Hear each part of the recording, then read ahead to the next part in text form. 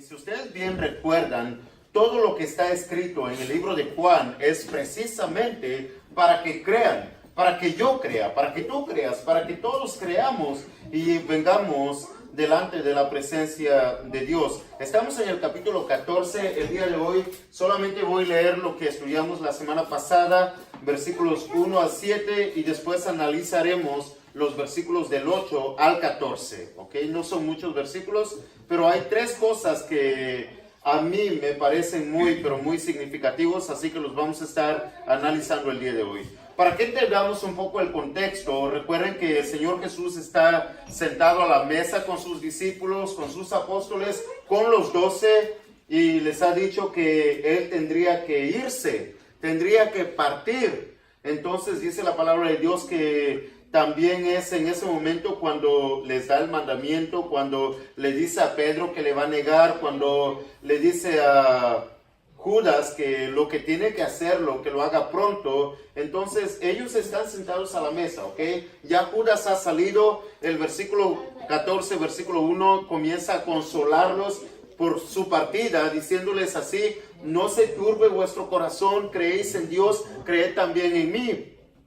En la casa de mi Padre muchas moradas hay, si así no fuera yo os lo hubiera dicho. Voy pues a preparar lugar para ustedes, y si me fuere y os preparare el lugar, vendré otra vez y os tomaré a mí mismo, para que donde yo estoy vosotros también estéis. La semana pasada hablábamos sobre lo que significa eso. Versículo 4 dice: y ustedes saben a dónde voy y saben el camino. Le dijo Tomás: Señor, no sabemos a dónde vas, ¿cómo pues podemos saber el camino?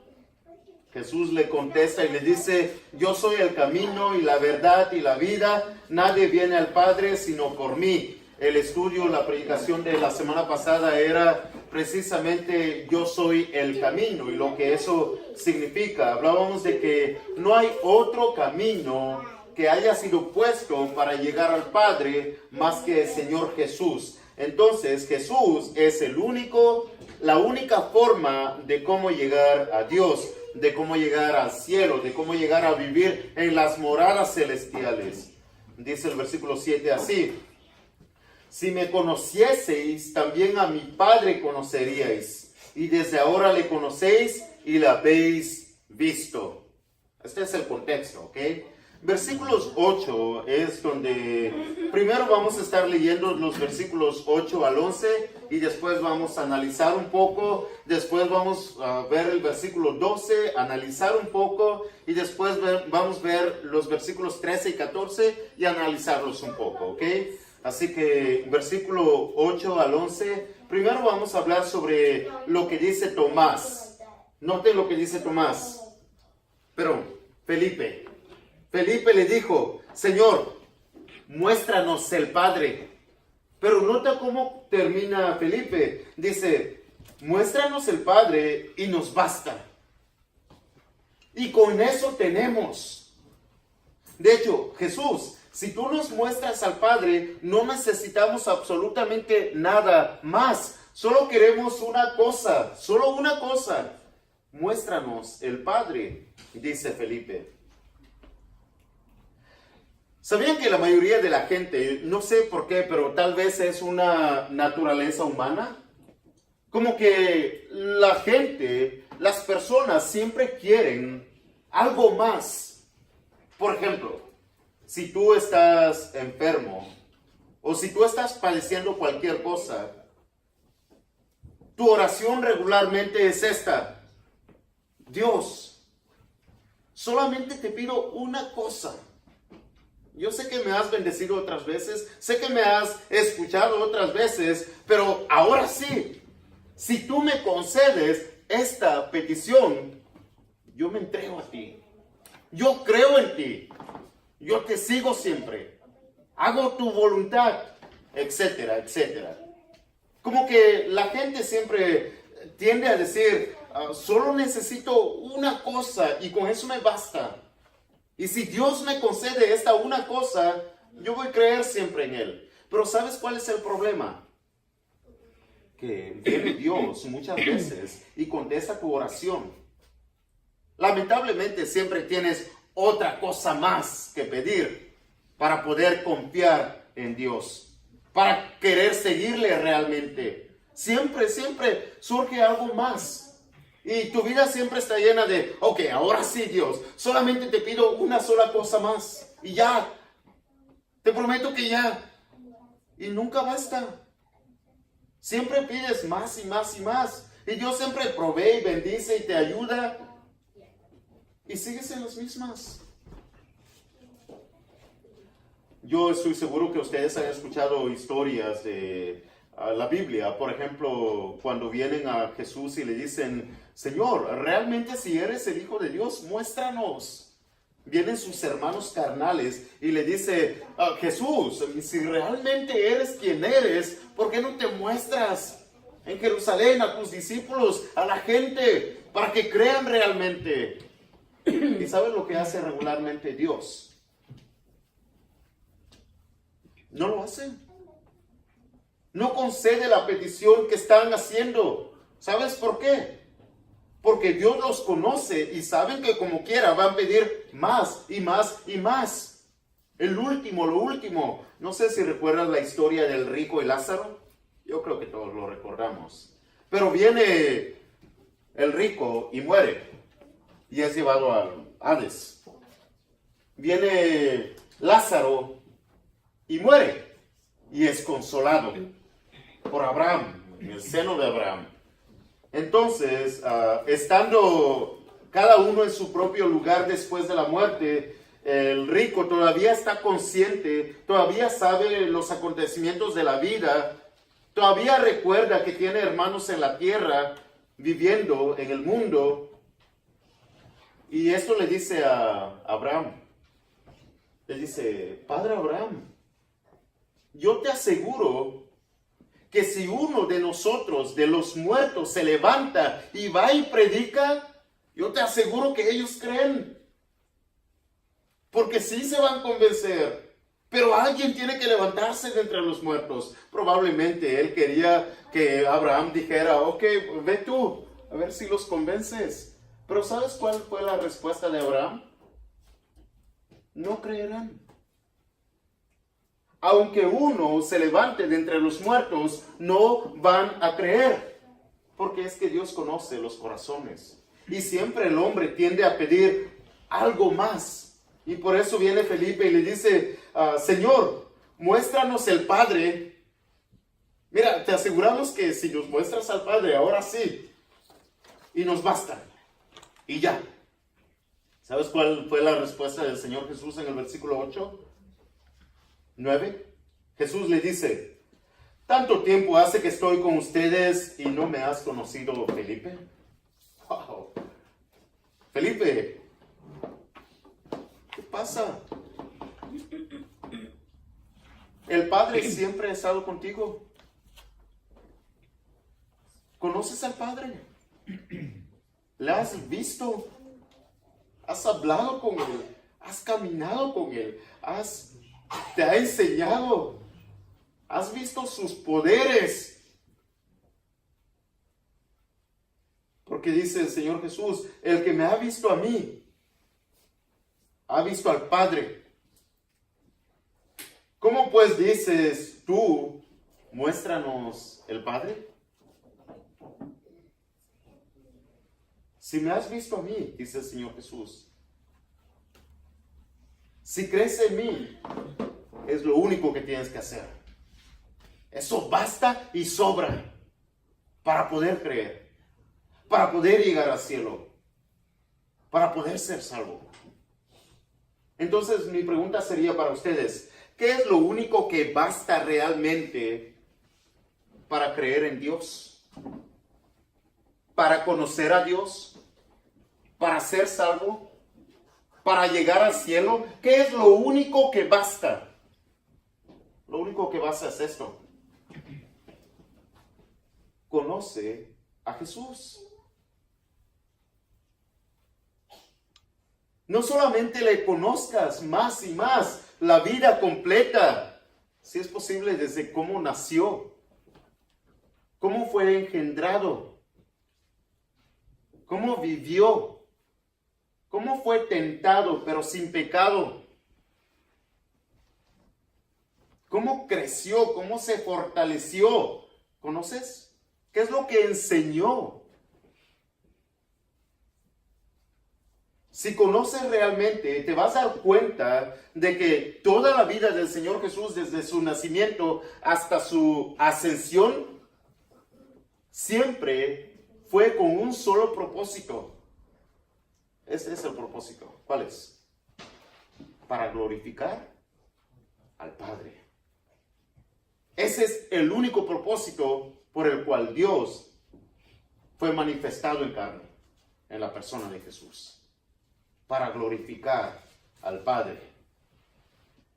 Y por eso el Señor Jesús se atreve a decir, el que me ha visto a mí, ha visto al Padre. En varias ocasiones nosotros podemos ver en el libro de Juan precisamente, donde el Señor Jesús viene y dice, el Padre y yo uno somos. No solamente dice eso, sino que el Señor Jesús dice, la gente viene y dice, este se hace igual a Dios. Aparte de eso, viene el Señor Jesús y dice, yo soy en el Padre y el Padre en mí. Y mira que nadie, absolutamente nadie, ningún ser humano, nadie menor que Dios puede representar la gloria de Dios tal cual Jesucristo. Nadie lo puede representar. O podemos pensar en algún ser humano que haya representado a Dios tal cual es. No lo hay. Desde el principio de la creación hasta el final, nunca lo va a ver. Nadie va a poder representar bien a Dios como Jesucristo lo hizo. Porque todos quedan cortos. Y podemos pensar de aquellos dos que no murieron, sino que ascendieron al cielo porque aparentemente eran los más justos. Por ejemplo, Elías, que no murió, no vio muerte. Y si no vio muerte, quiere decir que es un hombre que pudo representar bien a Dios. Pero ¿qué pasó cuando era perseguido? ¿Qué pasó cuando tenía hambre? ¿Qué pasó cuando su vida se vio en peligro? ¿Pudo representar bien a Dios? No. Se va debajo de aquel árbol y le dice a Dios, ya mátame, ya no quiero seguir, no quiero vivir, ¿para qué? Todos te han abandonado y comienza a hablar de esa manera. Nunca vemos al Señor Jesús de tal manera. Nunca. El Señor Jesús siempre representando muy bien a Dios. ¿Por qué? Porque la gente tenía razón. No solamente se hacía igual a Dios, sino que era Dios. Y no solo era, sino es Dios. Por eso en Juan capítulo 1, yo sé que todos nosotros lo sabemos, dice así, en el principio era el verbo, y el verbo era con Dios, y el verbo era Dios. Este era en el principio con Dios. Todas las cosas por Él fueron hechas, y sin Él nada de lo que ha sido hecho fue hecho. Y está hablando precisamente del Señor Jesús. Dice el versículo 14, y aquel verbo fue hecho carne y habitó entre nosotros, y vimos su gloria, gloria como del unigénito del Padre, lleno de gracia y de verdad. Así que si ves al Señor Jesús, Felipe, estás viendo al Padre. ¿Quién de ustedes le gustaría conocer más a Dios tan profundamente, tal cual es? ¿Les gustaría conocer a Dios? Conozcan al Señor Jesús. Y basta. Mira que por eso nuestro énfasis en el Señor Jesús, para que nosotros conozcamos muy bien a nuestro Dios, al Dios que adoramos, al Dios que servimos. Por eso queremos conocer más y más de Jesús. Por eso nuestras enseñanzas están llenas del Señor Jesús. Porque conociendo a Jesús, conocemos a Dios. ¿Cómo es que puede alguno de nosotros decir, Dios, te prometemos que si solamente nos concedes una cosa, entonces sí vamos a creer? no necesitas nada. Solo necesitas conocer a Jesús para poder creer y para poder ser salvo. Y basta. ¿Ok? 10 dice así: ¿no crees que yo soy en el Padre y el Padre en mí? Las palabras que yo os hablo, no las hablo por mi cuenta, sino que el Padre que mora en mí, Él hace las obras. Creedme que yo soy en el Padre y el Padre en mí. De otra manera, creedme por las mismas obras. ¿Sabe lo que está diciendo el Señor Jesús? Mira, te lo voy a poner de esta manera, ¿ok? Para que nosotros también podamos entender de quiénes somos nosotros. Dios vive en Jesús. El Señor Jesús viene y dice, yo vivo en Dios. ¿Okay? Pero Dios vive en Jesús porque todo lo que hace Jesús es de acuerdo a la voluntad de Dios. ¿Okay? Okay. Y eso lo hace igual a Dios. Ahora, el Señor Jesús dice, yo estoy en ustedes y ustedes están en mí. ¿Sí ven la igualdad? Así es. Ahora, si Jesús vive en nosotros, ¿qué nos hace a nosotros? Y no solamente es que Jesús viva en nosotros, sino que nosotros vivimos en Dios. Ahora, de la otra forma que el Señor Jesús vendrá y va a decirles, y lo vamos a ver más en detalle la próxima semana, les va a decir que el Espíritu de verdad mora en ustedes. Y todos nosotros sabemos que Dios es Espíritu. Amén. Por lo tanto, podemos concluir que así como Dios vivía en Jesús, Dios vive en nosotros. Y quiero concluir este ejemplo con esto, ¿ok?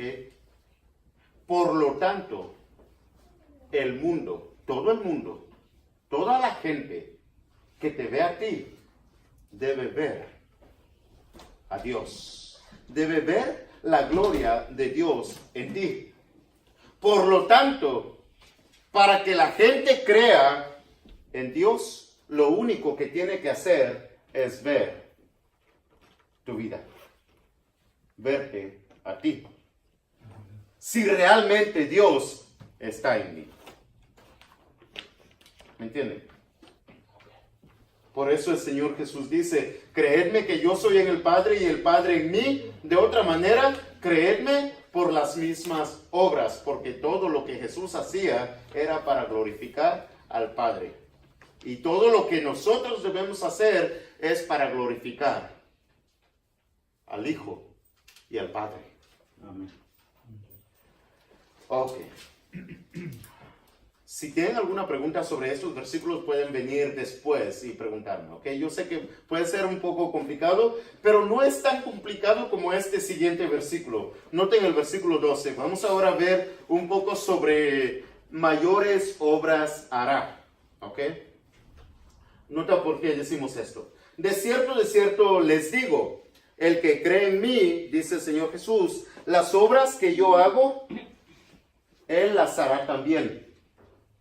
Y aún mayores hará, porque yo voy al Padre. ¿Okay? No sé cuántos de ustedes entendieron ese versículo. ¿Okay? Mi pregunta para ustedes es esta. ¿De qué obras está hablando?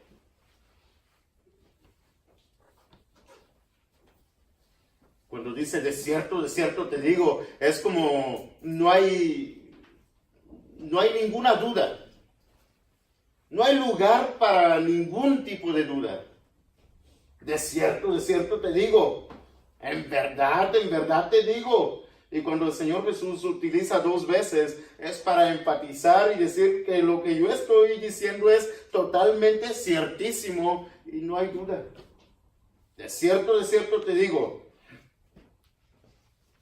Cuando dice el que cree en mí, no está solamente hablando de sus discípulos, de sus apóstoles, de la gente en ese tiempo, sino también de la gente del primer siglo, del segundo y del 2019 y de todas las edades.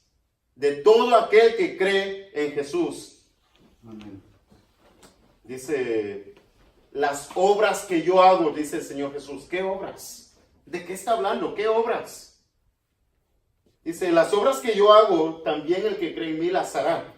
Oh, y las obras que yo hago, dice el Señor Jesús, son menores que las que hará el que cree en mí. O sea que tú y yo hacemos mayores obras que el Señor Jesús hacía. Yo sé que ya se ven con caras de dudas. ¿De qué obras está hablando? Viene un hermano y me dice, hermano, después de la gran comisión viene el Señor Jesús y dice que podemos agarrar escorpiones y culebras y aunque nos muerdan, ¿no moriremos? ¿Y podemos tener todo este tipo de poderes? ¿Podemos hacer todo este tipo de milagros? Pero la pregunta es, ¿está hablando de los milagros? ¿De esas obras? Porque mira que si así fuera, entonces los apóstoles, después de que el Señor Jesús ascendió, harían mayores milagros que los del Señor Jesús. Y les aseguro que ninguno hizo mayores milagros que el Señor Jesús. Porque el Señor Jesús alimentó a 5,000 en 2 ocasiones. Más de 5,000. El Señor Jesús no solamente alimentó a más de 5,000, sino también caminó sobre el agua. ¿Alguien más pudo caminar sobre el agua? Yo sé que Pedro lo intentó, pero por el poder del Señor Jesús en ese momento. No solamente eso, sino que resucitó a Lázaro, por ejemplo. Yo sé que ustedes pueden hablar en el Antiguo Testamento, algunos de los profetas resucitaron muertos y algunos de los apóstoles también, pero no eran realmente mayores que los milagros del Señor Jesús. Así que no está hablando de los milagros. Porque digo mayores porque Lázaro ya estaba descomponiéndose su cuerpo. Y aún así el Señor Jesús viene y lo levanta. Nadie más puede hacer eso. Solo el Señor Jesús. Así que no está hablando de milagros, pero dice el Señor Jesús que el que en mí cree hará mayores obras que yo. Ok. Tenemos que pensar de esta manera, ok. Primero, necesitamos leer todo el versículo. Dice así, termina, porque yo voy al Padre. Ahora, porque yo voy al Padre, por eso es que el que cree en mí hará obras mayores. La razón es porque yo voy al Padre. Pero nosotros entendemos que antes de que el Señor Jesús fuera al Padre, primero tendría que ir a la cruz. Ser sepultado, ser resucitado y ascender al Padre. ¿Ok? Ahora lo entendemos nosotros así, porque es lo que hizo el Señor Jesús. Y después fue al Padre. Ahora, tenemos que pensar, segundo, esto, ¿ok? ¿Cómo es que tú y yo, como creyentes, como cristianos, como discípulos del Señor Jesús, cómo es que tú y yo hacemos mayores obras que el Señor Jesús? ¿De qué obras está hablando? De esas obras, ¿ok? Piensa de esta manera. ¿Cuál es la mayor obra que Dios quiere que yo haga? Creo que es más fácil responder.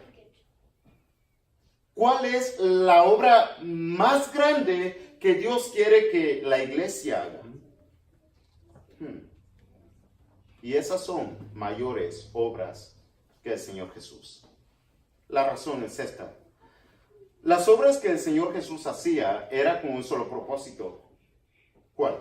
Para que creáis. ¿Ok? Ahora, sus obras fue solamente dirigido a un tipo de personas. Primero, los judíos. En solamente ciertas ciudades. Palestina, Jerusalén, etc. No pudo salir de ahí el Señor Jesús. Estaba ahí. Solamente no pudo ir más allá. Por eso el Señor Jesús dice, mis obras son menores. Porque es solamente para este grupo de personas, estoy con ellos, vivo con ellos, les enseño a ellos, y ellos solamente ven los milagros y todo eso, y no puedo salir de aquí, porque es la voluntad del Padre. Pero van a venir los discípulos, los apóstoles, donde van a predicar hasta lo último de la tierra.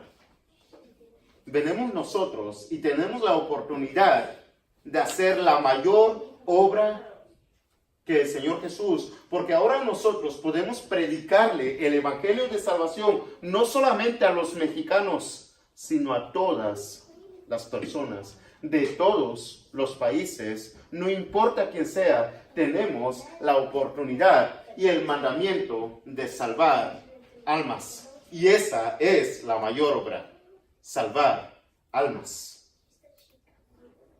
Porque ¿de qué sirven los milagros si las almas se pierden?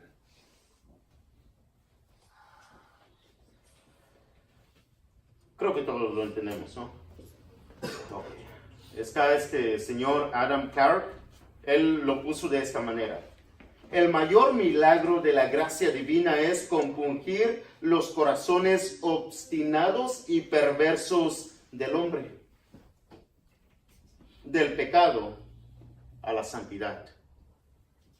Juan me comentaba, no hay una forma mayor que la iglesia se anime más que el ver cuando una persona se bautiza y es salva.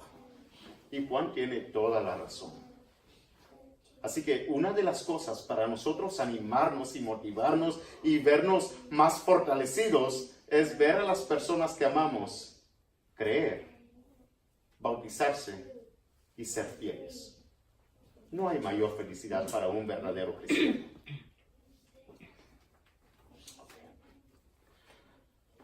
Si tienen alguna pregunta sobre este versículo, después pueden venir y hablar conmigo, ¿ok? Solamente quiero terminar con el versículo 13 y 14 y dice así. Y todo lo que pidieres al Padre en mi nombre, lo haré.